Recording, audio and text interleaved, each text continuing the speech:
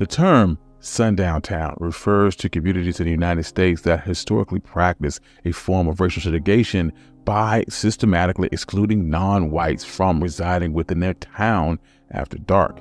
These communities had rules, both written and unwritten, to keep non-white people, especially African Americans, out of their town limits. These towns existed mainly through the 1800s through the early 1900s, but they weren't just a Southern problem. They spread all across the entire country.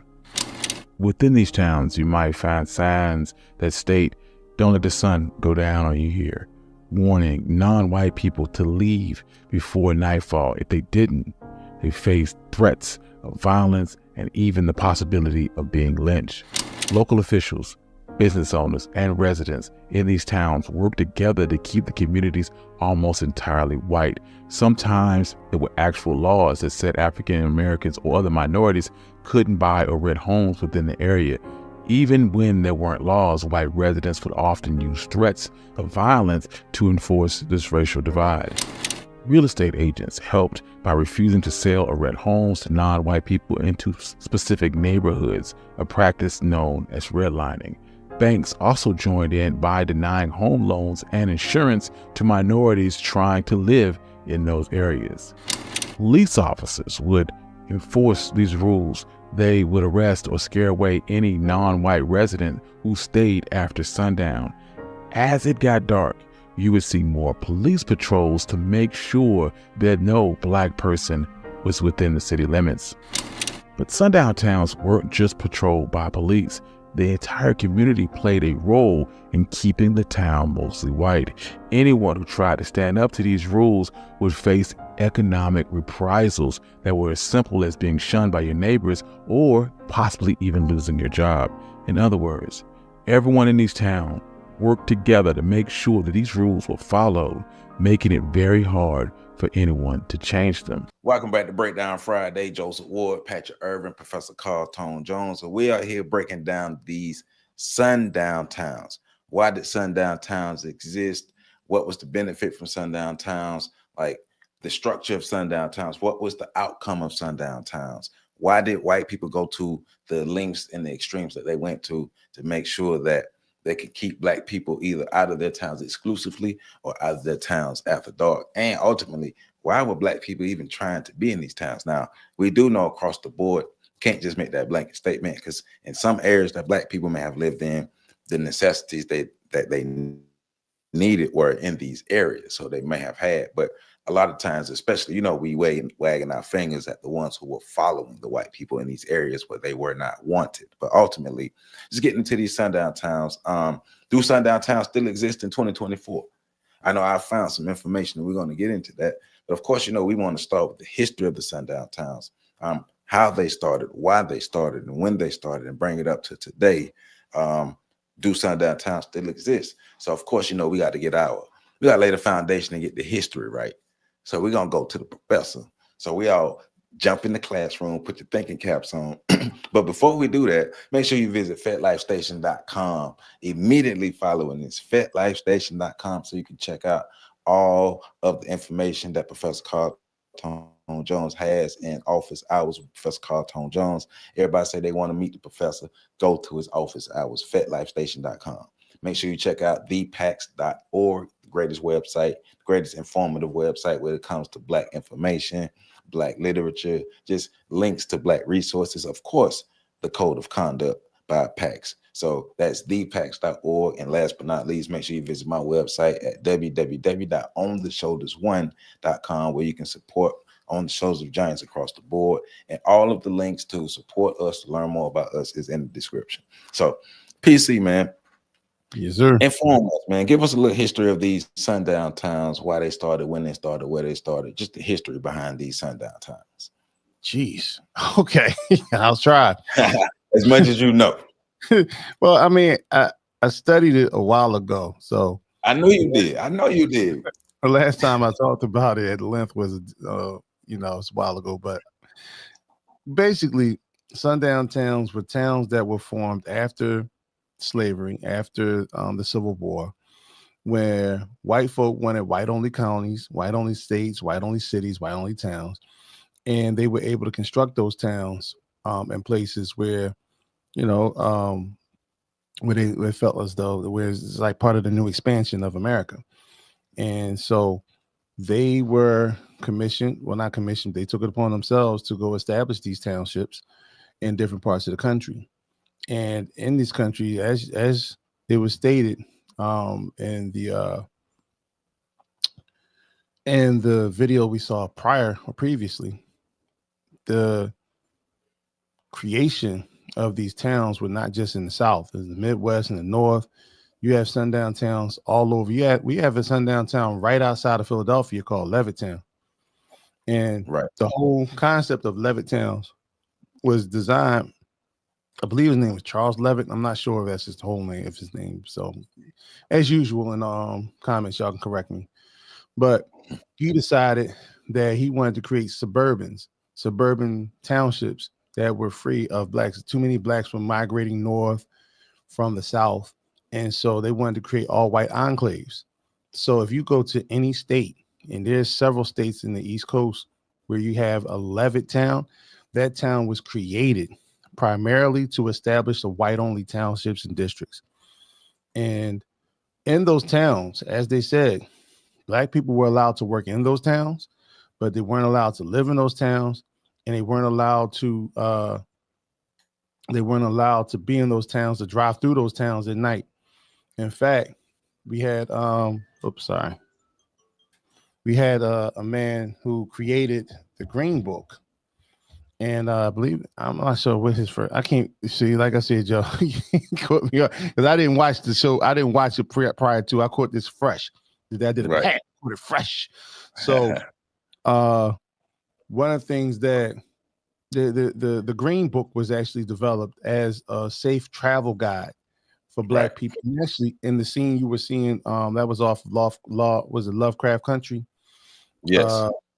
That was actually what they were doing. They were actually mapping out the Green Book in that particular area at that particular time. And right before that scene, what led to them being caught up in that situation with the sheriff was they was at a diner, and either a diner or a gas station. I think it was a diner. And somebody in the diner called the lynch mob to come see them. And so they told them, y'all need to get out of town. And there's still towns like that in America. There's a town, actually it's a town not too far from you, Pat. A lot of people were talking about, which is a sundown town in North Carolina, which was one of the ones that was affected by the hurricanes that passed this past season. And they got a population of like less than 10% black in that area. And but there's also sundown town. I can't remember the name, up top, some mountaintop or something like that. But there's also some in Texas still, and even up north. In Pennsylvania, I know for a fact that I went to college near a sundown town called Catawissa, Pennsylvania, which was rumored to be one of the places that they staged the film Birth of a Nation, the 1915 version. So, it's we're still having incidents where mysterious deaths are taking place, where there mysterious hangings are happening all over the country. And even it was rumored that Trayvon Martin, what got Trayvon Martin caught up was that Sanford, Florida, was actually a sundown town, and that's why George Zimmerman felt empowered and emboldened enough to approach him for walking around at night in his town. So, I mean, I'm not surprised about that by Sanford. I mean, so I'm a honest Floridian, right? And what I mean by that is I know my state. I'm not the person who looks at Florida through the lens of the big cities. I look at Florida as a whole. I live in Tallahassee, Florida, which is South Georgia. So around this area is rumored to be a number of sundown towns going south, especially if we go south towards the Gulf. There's rumored to be a number of sundown towns, and I'm gonna get into it later, but I have put up a couple websites to have a couple lists of sundown towns. And I was looking at this one website as you were talking. They have this map of different sundown towns throughout the United States, and there are a lot of sundown towns like in the north, like, and you know, because most people, like you're saying, most people would probably think that the sundown towns would mostly be in the south, but looking at this map, it seems like the majority is in like this Illinois area. Like the majority of them are in like Indiana, Illinois area, Ohio, Illinois area. Like it's not like in the deep south. Most of the sundown towns not like in the deep south. They're in like the Midwest. Yeah, the northern Midwest. And let me just be clear about this. The whole notion of suburban living was based in the ideology of sundown towns. So this whole concept of building outside of your or creating enclaves outside of your financial centers, which are the major cities, that whole concept was driven by the notion of creating these sundown towns, these anti-black havens. And I want to be clear about that as well. Yeah, they discriminated against everybody, but it was real specific about black people not being in these towns. Yeah. So and yeah, we'll get into, I guess, you know, like you said, we'll get into the other part later. But yeah, so I just wanted to drive that home. Yeah. Pat, man, I want you to get full technical Ted on this one, bro.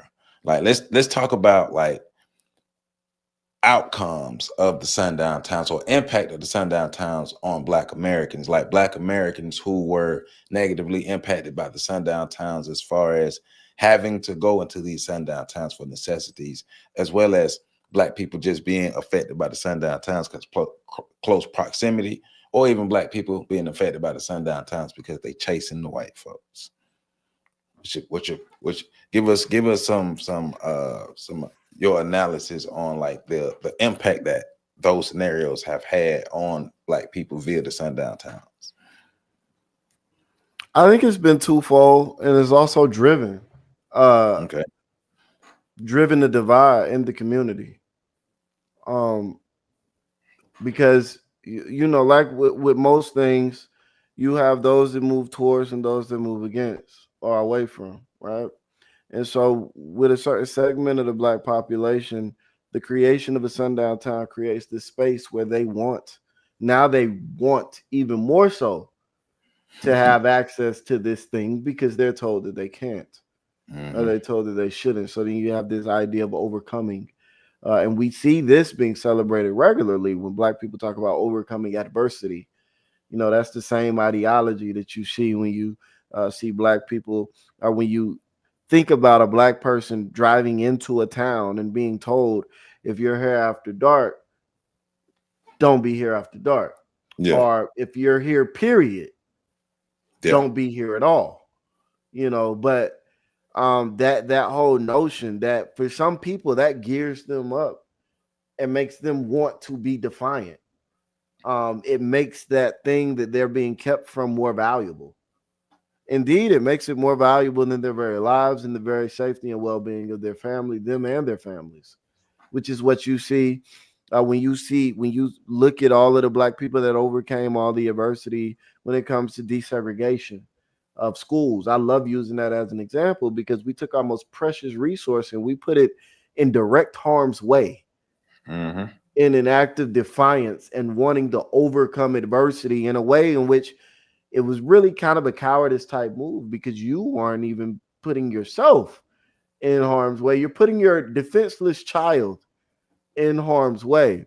But I think that's the same ideology that's presented in terms of those people that hear about a sundown town, or those Black folk that heard about sundown towns and dreamed of owning property there, dreamed of going shopping there, dreamed of acquiring goods and resources and status and symbols that allowed them to traverse that plane in a way that they felt like made them feel good.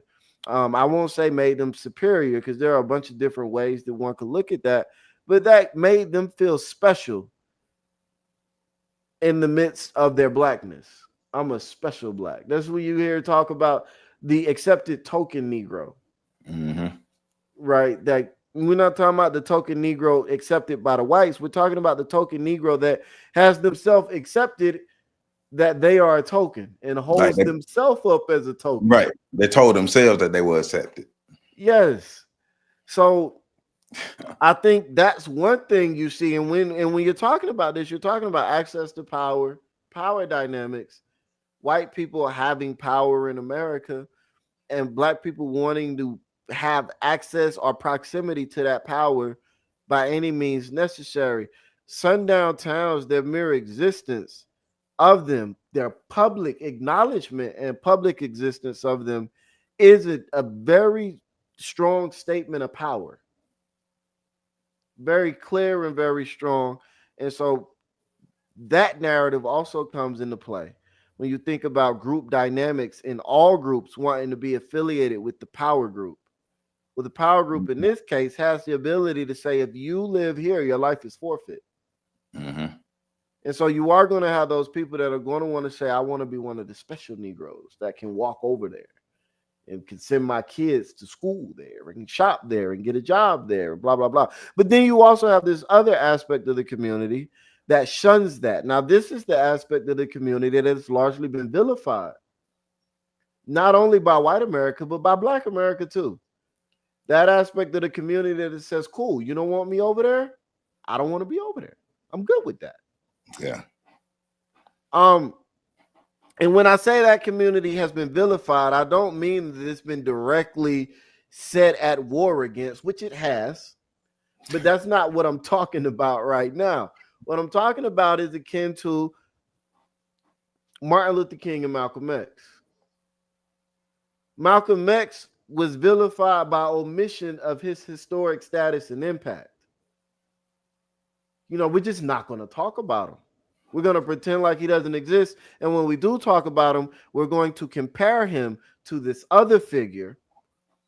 And we're going to compare their messages, not their methodologies, not their outcomes, not anything like that. We're going to compare their messages, because we can make this message favorable and we can make this message not the favorable message.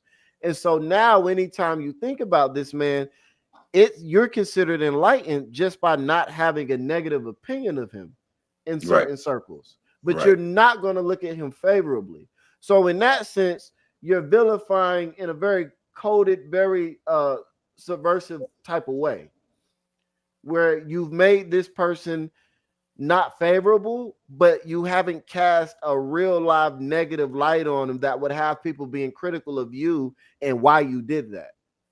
So I think we run into those spaces when we come in terms of the two groups, and that divide has served a very big purpose in terms of, we talked about this, I think it was last week when we were talking about the talented 10th. Mm-hmm. You look at the talented 10th and you say, well, the talented 10th wasn't intended to be what it was, but what it has become is a group of blacks that run towards sundown towns. And the rest of we say those people that are in, say, black nationalist or pro-black or pan-Africanist movements, those are the blacks that moved away from the sundown towns and was like, cool, if you want that, that's fine. We're gonna do what we do over here.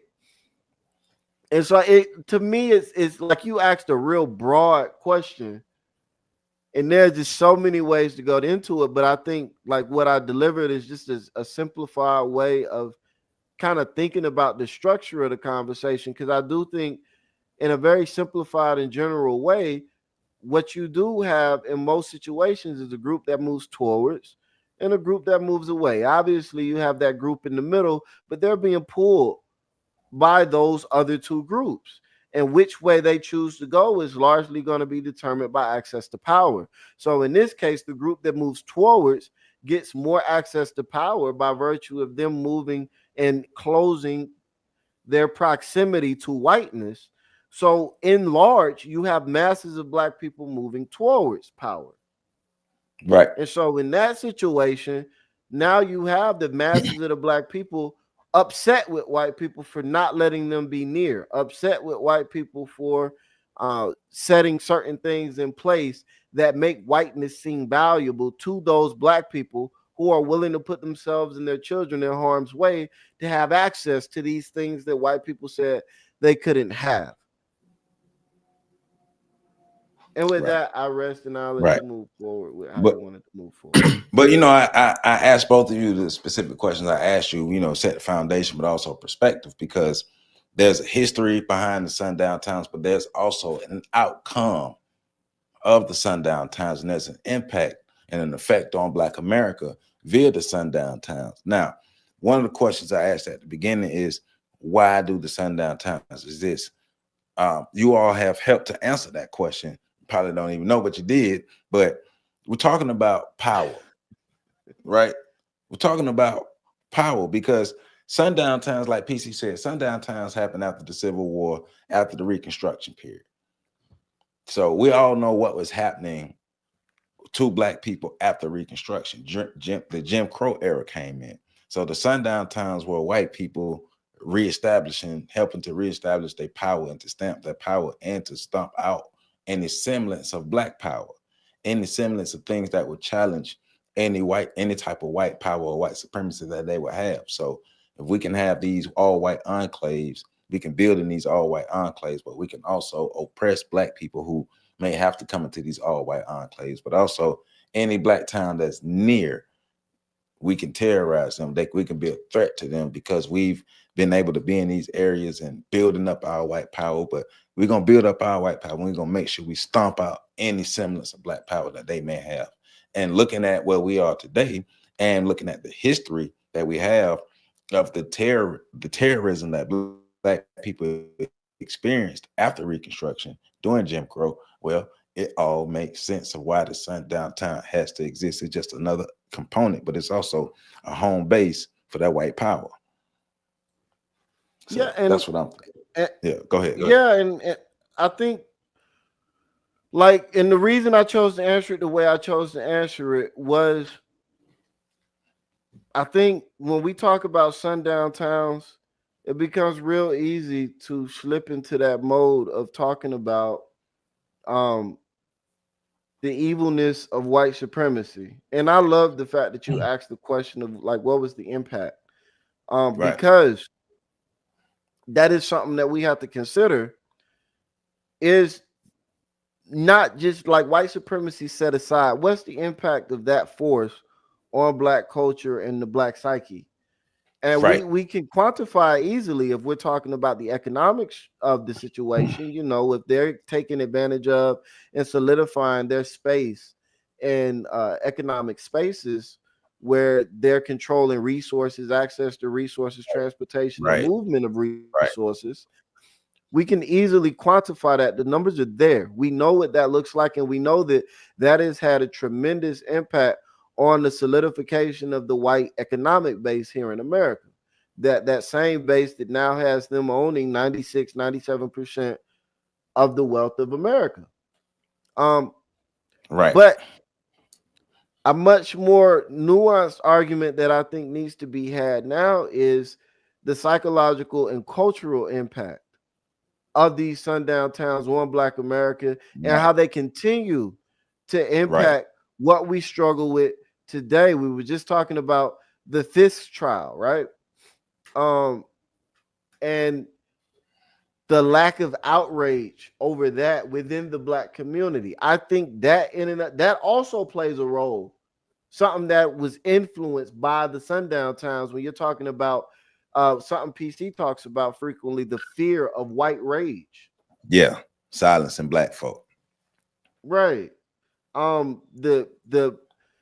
The ineptitude or the infantilizing of the Black community in the way in which we become babies ourselves. We're literally throwing temper tantrums as if we have no power. And that is because we believe we have no power. And that is because we've been shown we have no power. Because every time we try to express any mode of power, power shows up.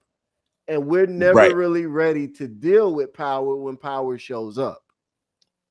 That's one of the reasons why I asked the question, because we're also talking about the expansion of white power. Every time Black people build something, build something of significance to black people that white people see as a threat, whether it's a town, whether it's an invention or something like that. Something seems to happen. And then that forward movement that black people were having, that forward movement is no longer there.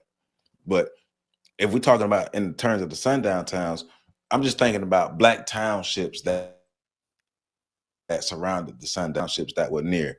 And we're talking about townships that don't exist no more. White sundown towns or white cities, they expanded. And a lot of these black towns got sucked up in it because they took their stuff.